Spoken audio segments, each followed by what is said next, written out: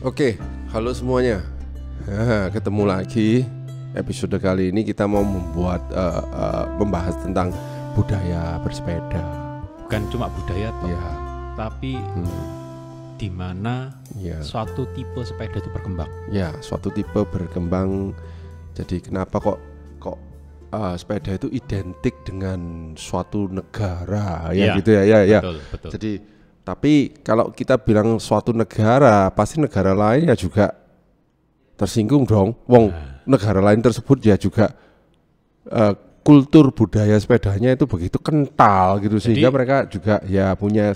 Apa yang kita bahas sekarang ini nanti Koyakop Ya. ini akan memberikan sedikit Ya, garis tambahan Ya. untuk Anda perhatikan pada saat Anda memilih yes, sepeda. yes.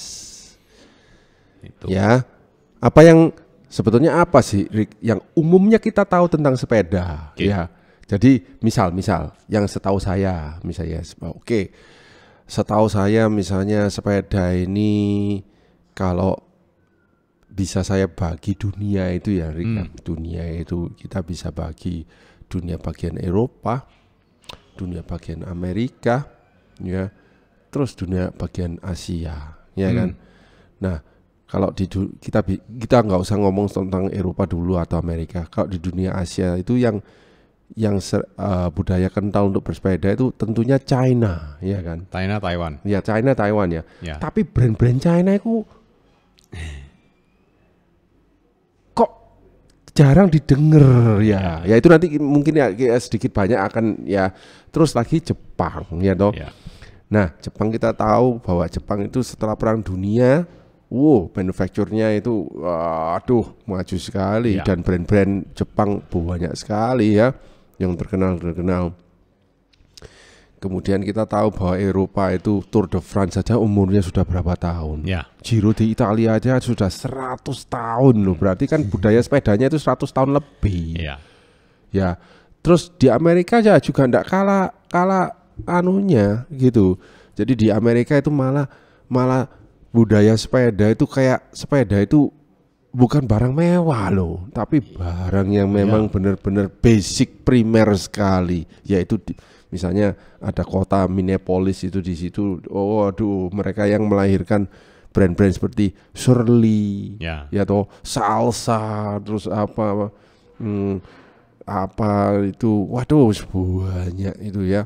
Terus belum lagi yang lain-lain. Ayo kita bahas satu-satu dari perspektif saya dan perspektifnya si Erik ini. Gimana, Erik? Jadi gini, Apa yang kamu bisa mulai? di dunia ini, kalau kita lihat genre sepeda, Ya, genre sepeda yang selalu maksudnya genre sepeda Ya. yang menjadi betul-betul sport iya. dan dikompetisikan. Spot dan dikompetisikan. Yaitu hanya mountain bike Ya. dan road. Dalam road ini termasuk track cycling. Jadi velodrome. Terakhir Bromptonnya dikompetisikan itu. Itu kan hanya Indonesia. Enggak, di dunia itu ada race Brompton. Oh, tapi kan tidak official. Ya, Nah, kita bahas yang Ya, betul. Oke. Kalau dalam gambaran saya Koyakop, road bike yang jago bikin road bike Iya. itu negara-negara Eropa. Yes. Saya sangat setuju itu. Kalau itu saya sangat setuju ya. Terus sampai merek-merek Eropa terutama yang berbau pizza dan spaghetti Iya. Itu memang Italiano, Italiano. itu jago untuk membuat sepeda agresif. iya. Saya juga harus Ini signature-nya Itali, Iya, signature sebuah negara negara Eropa, khususnya Itali. Itu kalau bikin sepeda selalu mungkin agresif. mungkin pada waktu itu dipimpin oleh Mussolini, mungkin ya, Benito Mussolini. Jadi kita Iya, lihatlah apa yang dimanufaktur oleh Itali misalnya. Dari mobil aja, Iya. Ferrari, Fiat, Alfa Romeo. Ferrari, Lamborghini. Iya. Ini kan mobil-mobil supercar yang dominan di Iya. dunia. Kalau sepeda, Pinarello, Iya. ya toh, Colnago, Bianchi, macam-macam. Bianchi. Terus disusul oleh negara-negara lain di sekitarnya, Prancis dengan Look, terus ada Lapierre, kemudian Cube itu punya ya Denmark ya, Cube. Ya mungkin ya. Cube, kemudian ada Canyon, ada ini, ada itu. Nah, Jerman, Inggris itu ada Focus, kemudian Factor itu kan baru-baru. Enigma. Iya, Enigma. Jadi kalau kita ngelihat sebagian besar brand sepeda road bike itu desain di Eropa. Iya. Nah, kenapa? Karena memang satu kultur sepedaan itu di Eropa itu tua, sangat tua. Iya. Dan memang alamnya mendukung untuk main road bike. Yes. Sangat mendukung. Sebuah daratan besar di mana orang itu bisa traveling dari satu negara ke negara lainnya mancal. Saya berharap juga loh di Jawa Timur ini. Ya kan istilahnya kan sebetulnya Jawa Timur ya bukan hanya Jawa Timur ya, Jawa, Pulau Jawa, bukan hanya Pulau Jawa tapi seluruh Indonesia ini sebetulnya mendukung untuk sepeda. Oh iya. Makanya saya harap ya juga akan lahir brand-brand made in Indonesia yang otentik ya. Nah, Oke, lanjut. Nah, terus kalau genre-genrenya itu adventure, Iya. sepeda-sepeda adventure, jadi kita bilang ini adalah kelas-kelas MTB, gravel. Yang paling jago bikin sebetulnya merek-merek dari Amerika. Oh, kualik ya. Ya. Kalau MTB Amerika paling jago. Misalnya kita lihat aja misalnya kayak Santa Cruz. Yes. Siapa enggak kenal Santa Cruz? Yeti. Kemudian Scott itu dulu aslinya Amerika. Gitu. Nah, jadi memang kalau saya merhatikan Eropa kalau bikin MTB kurang jos. Iya. Tapi Amerika suruh bikin MTB jos. Jos nemen. Amerika suruh bikin road bike kurang jos. Nah, itu dia. Eropa suruh bikin road bike jos. Iya. Akhirnya Amerika suruh bikin road bike kan kelihatannya desainnya lucu-lucu. Nah, Kayak di track terakhir ini yang disikar. ya toh, aneh-aneh. Anyway, oke lah. Nah, tapi ya kembali lagi kadang mereka juga hire engineer dari Eropa. Iya. Kita kan nggak tahu antar pabrik itu ngomong-ngomongan, kamu tak pinjemi engineering kok bikin sepeda ini. Iya. Janjian dewe. Iya toh. Nah, itu. Nah, terus kalau kita lihat dari sisi desainnya, event sepeda. Yang spektakuler dan legend itu semua di Eropa. Ya toh, kayak misalnya Tour de France. Kemudian Giro di Italia. Giro d'Italia. Terus banyak Vuelta Espanya. Dan ternyata ini berdasarkan penuturan dari Coach Puspita. Dia kan pernah hidup di sana, di training di sana. Iya. Gimana? Orang di Eropa itu kalau kita menekuni dunia sepeda, road bike ya. Itu bukan latihan untuk pertandingan. Bukan latihan untuk pertandingan, bukan. Tapi pertandingan itu untuk latihan. Pertandingan dibuat untuk latihan. Oh ya benar, karena terlalu banyak eventnya ya. Karena gini, dia kan negaranya dari satu negara ke negara lain bisa ditempuh jalan darat dengan cepat. Jadi misalnya minggu ini, setiap minggu itu ada event. Ada pertandingan kecil-kecil. Makanya dibuat latihan ya. Iya, jadi mereka banyak sharing untuk kompetisi, bentuk mental kompetisinya bagus di sana untuk road bike. Nah, kalau di Amerika lain ceritanya. Orang Amerika itu lebih seneng free. Iya. Ya, bebas ya, alam bebas. Jadi mereka gravel gitu. Gravel kan pertama kali Amerika. Unbound ya toh kayak Gravel itu pertama kali Amerika. Kemudian MTB itu kan berasa yang pencolotan gak karu-karuan kebanyakan Amerika. Iya. Unbound Gravel tuh sekarang menjadi kultur budaya sendiri loh ya. Itu dan statusnya itu budaya gengsi itu. budaya menyesatkan diri. Ya itu dia. Ya. Amerika pinter ya kalau untuk gitu-gitu. Ya, Amerika paling jago untuk bikin gitu-gitu. Olahraga ekstrim lah. Jadi Amerika ini senangnya bikin olahraga yang adrenalin jangkis. Adrenalin jangkis. Ya. Itu. Nah, lah kalau Asia gimana? Asia ini paling happy. Asia itu paling happy. Asia itu paling senang difoto terus dimuat di Instagram, Instagramable. Nah, bukan itu aja kok ya kok. Kalau Asia ini paling happy karena apa? Dia enggak usah pusing-pusing riset ini itu aneh-aneh, enggak usah. Iya. Ya toh? Aku punya mesin. Iya. Kamu mau bikin? Sini harga murah, profitmu naik loh. Ya wis itu. Udah berapa tahun? Alih teknologi dong, patennya lepas. Oh, rumusnya ini bikin, malah dicampur aduk. Jadi kenapa yang merek Eropa itu jauh lebih mahal dari merek Asia? Ya karena kalau di Asia kebanyakan itu sepeda turunan teknologinya. Nah, sekarang gini, kita buka rahasia, kita buka lagi sekarang. Brand part sepeda yang sangat menonjol di Asia apa? Shimano, ya betul. Ya, Shimano itu originally Jepang. Ya. Kenapa dia bisa mendunia? Dan terakhir ini Shimano, risetnya bukan Jepang loh. Risetnya tadi dipindah sama dia di Eropa. Oh, I see. Jadi kalau di Eropa kita bisa datangi namanya Shimano Center. Kita cari Shimano Center di Jepang nggak ada. Malah di Eropa. Ya. Malah di Eropa.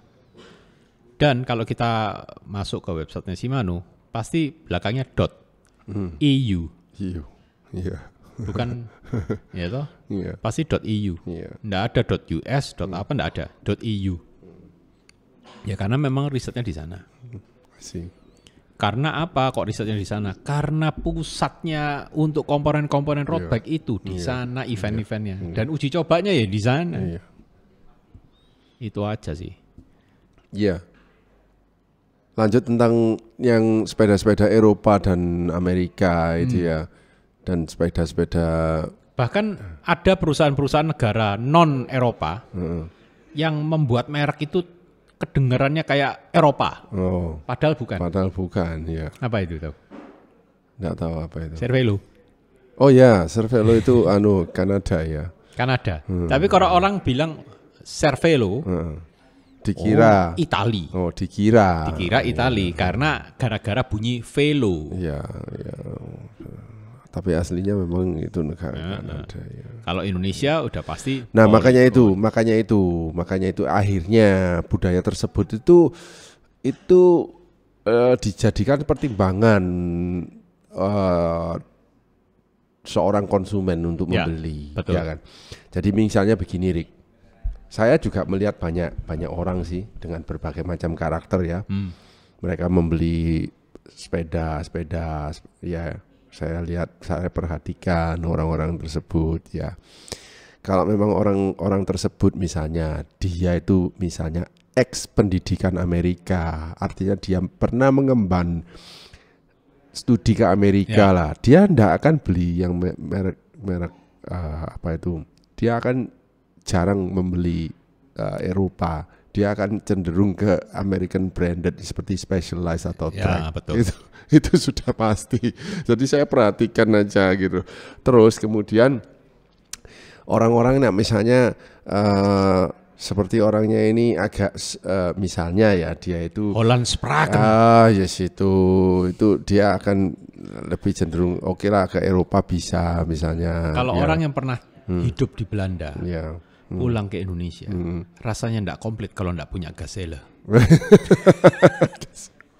Ya, itu terus ada yang gitu. Ya, terus anyway ada juga yang misalnya kita bukan kitanya, bukan karakter kitanya, tapi karena suatu brand itu sudah mancep dengan persepsi-persepsi. Misalnya kita lihat aja Colnago, Bianchi itu sudah meresap bahwa itu adalah brand-brand yang romantis, ya. Orang Italia itu romantis loh. Rokok makan gratis. Ya. Ya, itu brand-brand yang romantis. Jadi kayak Bianchi itu umurnya sudah 100 tahun. Edoardo Bianchi menciptakan brandnya itu 100 tahun lebih, itu salah satu tertua. Ya. Colnago walaupun tidak setua Bianchi, tapi sepeda-sepedanya itu legendaris karena dia masih menggunakan terus sistem satu lagi lock. Ya, kita kan kenal teknologinya namanya Columbus. Iya, Columbus, ya, steel Columbus ya. Itu di Columbus apa maksudnya steel ya. Itu diinvent, ditemukan dan dimanufaktur di Milan kalau nggak salah. Nah, itu hal-hal yang akhirnya ya juga dipakai oleh sepeda-sepeda kayak Pegoretti. Ya, Columbus itu kemudian yang kita mengenal batet. Ya, batet Columbus. Batet loh ya, bukan bantat loh ya. Ya, tapi akhirnya orang Amerika enggak mau kalah, Rick. Dia enggak mau pakai Columbus, dia pakai Reynolds. Sistem baru. Ya, Reynolds. Jadi maksudnya ini loh, steelnya itu Reynolds. Iya, Reynolds juga. Aku enggak tahu apakah ada hubungan antara Reynolds yang wheelset. Oh, beda ya. Beda.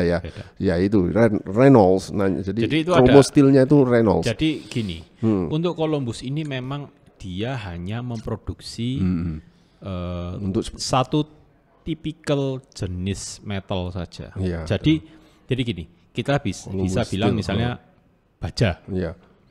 Baja itu macam-macam, bukan cuma satu. Iya, memang benar. Sama kayak kita stainless. Iya. Stainless kan ada ST304, ada ST berapa, ST berapa. Kodenya. Nah, itu memiliki karakter metalurgi yang berbeda. Nah, ini kalau metalurgi itu apa? Metalurgi itu ilmu tentang logam. Ya. Jadi manufaktur kayak Columbus ini hanya memproduksi tipe-tipe steel tertentu untuk sepeda dengan batet yang berbeda.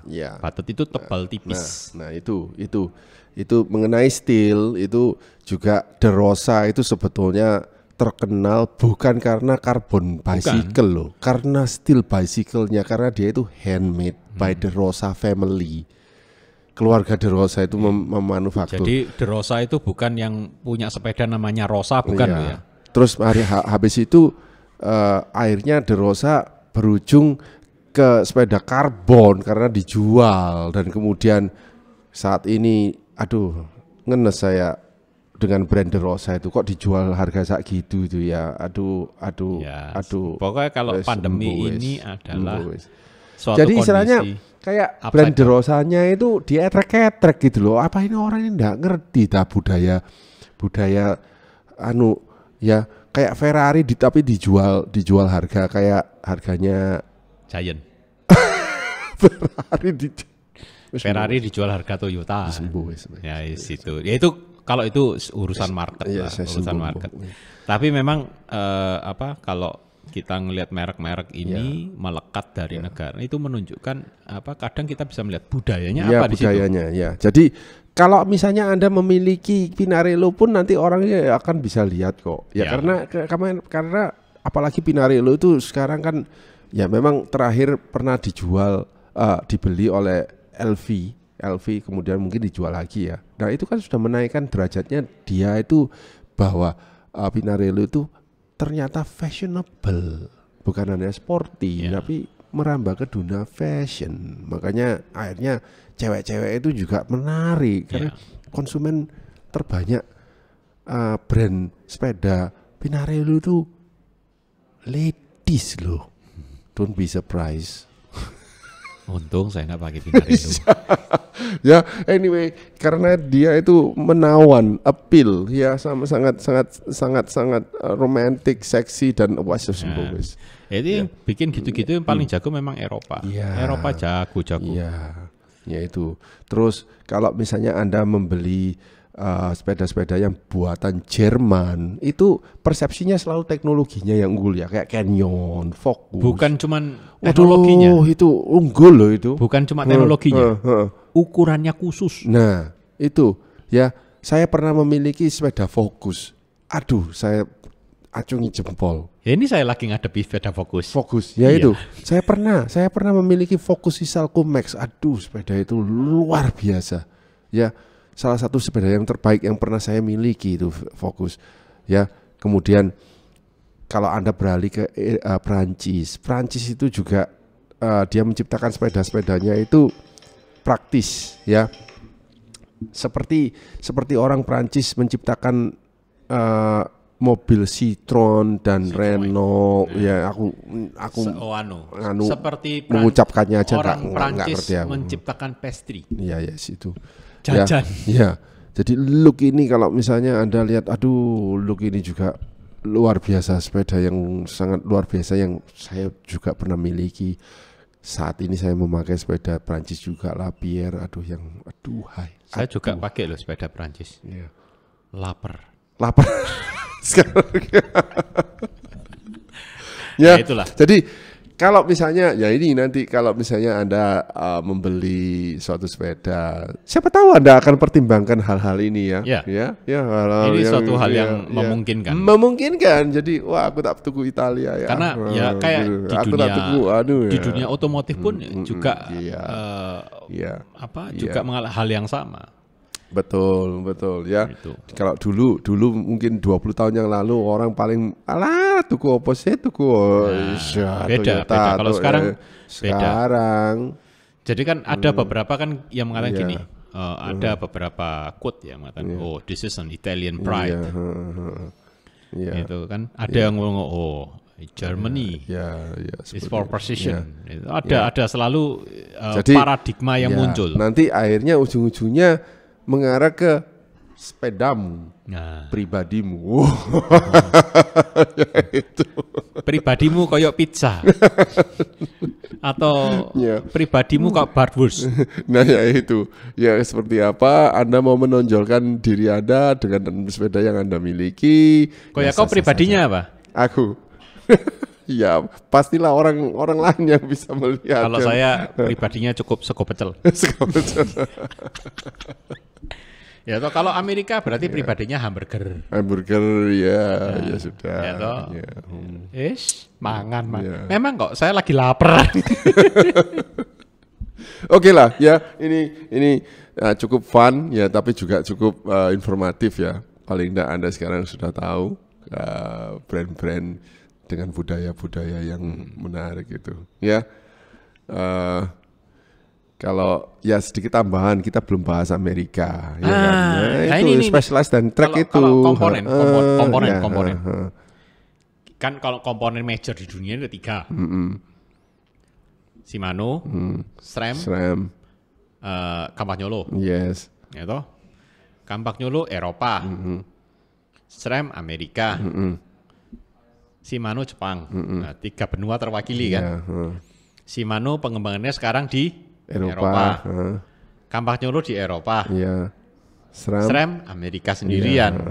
Nah, SRAM kalau kita bicara grup setnya SRAM untuk gravel, untuk mountain bike, ini tidak menang.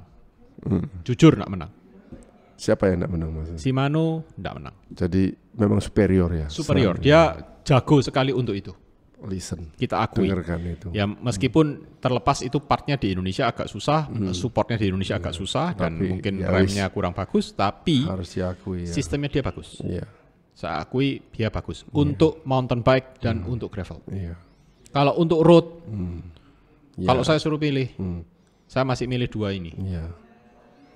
Antara Shimano atau SRAM ya. Tapi kalau di Indonesia saya milih Shimano karena apa? Campagnolo angel. Angel apa? Angel supportnya. Ya itu tadi. Ambil larang. Jadi ya saya sih sebetulnya kalau melihat orang yang punya track dan specialized itu, saya hanya merasa iki lho sepeda kono apa-apa sakjane. Dilihat yang enggak ono romantis ya kan. Artistike yo gak ono. tapi kalau terakhir ini kok ya. Terakhir ini saya ngelihat specialized ini dengan S-Work-nya itu kan dia lebih fokus ke membuat sepeda yang betul-betul kompetitif. Ya, race ready lah istilahnya. Race ready to race itu memang niat banget dan timnya dia mungkin bukan hanya di Amerika, di Eropa juga. Oke, anyway, ya apapun sepeda yang Anda miliki ya banggalah. Ya, karena itu bisa mencerminkan pribadi Anda, atau kalau misalnya Anda kepingin. Yes, okay. Sampai ketemu di episode yang selanjutnya. Saya lapar. Terima kasih.